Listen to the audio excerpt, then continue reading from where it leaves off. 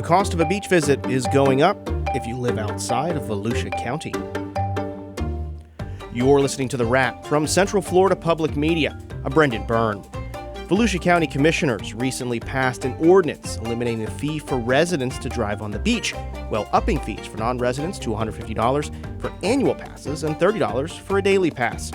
Before these changes, county officials say parking brought in about $8 million, with half of that going back to the beach for upkeep. So anywhere from trash pickup to maintenance of the ramps that provide access to the beach, and not just the maintenance, but also the lifeguards, the turtle procedures. The cost of a coastal visit and the economics of Volusia's beaches.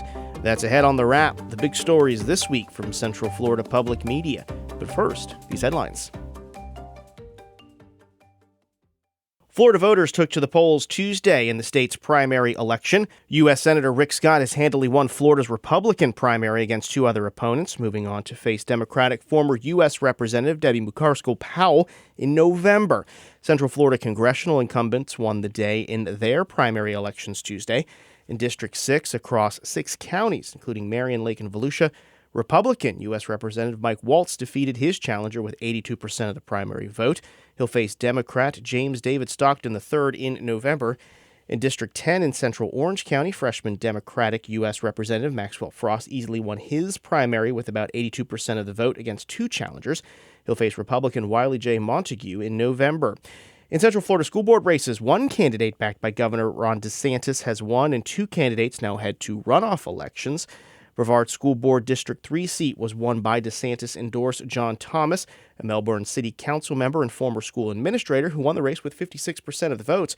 But two other candidates endorsed by the governor, Matt Sussin in Brevard and Donna Brossamer in Volusia, are now heading to a runoff with neither candidate capturing a majority of votes. There are thousands of teacher vacancies this year in Florida, but the numbers are showing improvement from last year. Central Florida Public Media's education reporter Danielle Pryor has more. The Florida Department of Education and the state's largest teachers union, the Florida Education Association, agree teacher vacancies are down this year compared to last. At the start of the school year, FEA President Andrew Spar says his group counted about 5,000 open positions compared to nearly 7,000 open jobs in 2023. Spar says this improvement is a bit of an optical illusion, as it was achieved by consolidating classes and increasing classroom size. It's led to more discipline problems in our schools, and we can't effectively do that if we're packing them deep and teaching them cheap. In a statement, the Florida Department of Education says there are fewer vacancies due to increased teacher pay and new pathways to teaching. Danielle Pryor, Central Florida Public Media. Port Canaveral's plan for a new cruise terminal has sunk. In a 4-1 vote, the Canaveral Port Authority Commission ruled to reverse its plan for a 7th cruise terminal. Central Florida Public Media's Luis Alfredo Garcia reports. A letter from Florida's Commerce and Transportation Secretaries detailing their displeasure with the proposed cruise expansion. They warned of funding cuts and said the port's decision, while bolstering the cruise economy, would come at the detriment of the space industry. Commissioner and Chairman Michael Lloyd said he spoke to the Transportation Secretary and hopes to work with the state to chart a new course. I think we and I think staff does a great job of balancing the demand for berth space here at Port Canaveral, and there's no one interest, whether it be space, cargo, commercial fishing, cruising, that's more important than the others. Port CEO Captain John Murray said in January the port was expecting more than 8 million guests this year. In May, Space Florida said it must nearly double its presence around the port by 2033 to support the growing space industry. Luis Alfredo Garcia, Central Florida Public Media. More local news on our website. Visit cfpublic.org. Florida's primary is over for the most part, and now candidates and voters are turning to the general election in November. This year, journalists here at Central Florida Public Media and at our public media partners across the state have put together a voting guide to help you decide who gets your vote. Want to know who's funding a candidate? Have questions about a candidate's stance on issues important to you? Well, we've asked. See their answers on our voter guide at cfpublic.org. If you live outside of Volusia County and you like to frequent the beaches there, you'll soon be paying more to park. The Volusia County Council recently voted to do away with the charge for county residents while bumping up the cost of a daily pass from $20 to $30 for everyone else. And when it comes to an annual pass, the price is going from $100 to $150 come October 1st. The move comes less than a month after commissioners approved changes to off-beach parking starting in January. Central Florida Public Media's Talia Blake spoke with Ben Bartlett, the Public Works Director for Volusia County, about these changes. We have around 2,600 spaces of off-beach public parking. At the direction of council, we are moving toward a paid off-beach parking program where non-residents of Volusia County will have to pay to park in our off-beach parking lots. And then our on-beach rates for driving on the beach are going up for non-residents, and the council has directed that for residents who register, they will receive an annual pass that makes driving on the beach free for residents.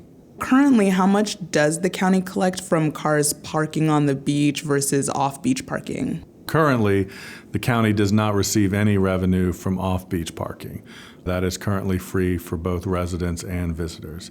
The approximate revenue for the beach tolls or driving on the beach is about $8 million a year gross. When you subtract out the costs it takes to collect that money, we're at about roughly $4 million net. So that's where we are currently, and then the proposed changes we estimate will increase that revenue. I know it's early days, but by how much do you anticipate that increase to be? Between the increases in the rates for the on-beach parking for non-residents as well as the charges of non-residents for off-beach parking, we're estimating an additional net revenue of $7.5 million. All this money that's collected from the beach tolls right now and in the future coming with the beach tolls and beach parking, what does that get used for in Volusia County? Currently, all the revenue that comes from beach access is used to pay for the maintenance of the beach. So anywhere from trash pickup to maintenance of the ramps that provide access to the beach, and not just the maintenance, but also the lifeguards, the turtle procedures. So there's a significant cost to that. The revenue that we're currently getting under the current system doesn't cover all those costs. So there's a subsidy from the general fund ad valorem property taxes that makes up the difference. This additional revenue will help reduce that subsidy. There still will be a subsidy. The direction from council to make the beach access free for residents is they're already paying for it in their property taxes.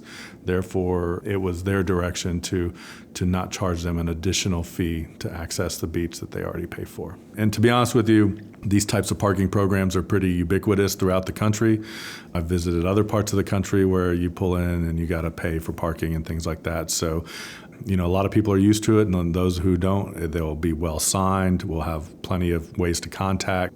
You mentioned that we see this in other places around the country. I'm curious if Volusia County, if you were looking at examples of other beach areas and you kind of modeled this program after that?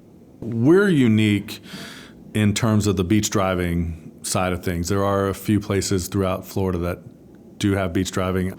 So our on-beach automation system was something that we really worked hard on the technology and things like that to make sure it would work for that application and that environment. As far as off-beach parking goes, we looked at other locations that do that, and when it comes to the fees that are being charged, New Smyrna Beach, the city of New Smyrna Beach has their own off-beach parking program for some of their city-owned lots. Basically, we mimicked what their fee schedule was as far as making it free for Volusia County residents. Kind of like an expansion of something that was already happening in one area of Volusia County. Ben, thank you so much for talking with me today. Thank you. Appreciate you coming by. That was Central Florida Public Media's Talia Blake speaking with Ben Bartlett, the Public Works Director for Volusia County, about the changes to the county's beach fees. More on this conversation and other conversations about Central Florida's economy are on our website. Visit cfpublic.org. That's it for The Wrap this week. This podcast is produced by Central Florida Public Media with assistance from News Director LaToya Dennis and Digital Director Ryan Ellison. I'm Brendan Byrne. This is The Wrap.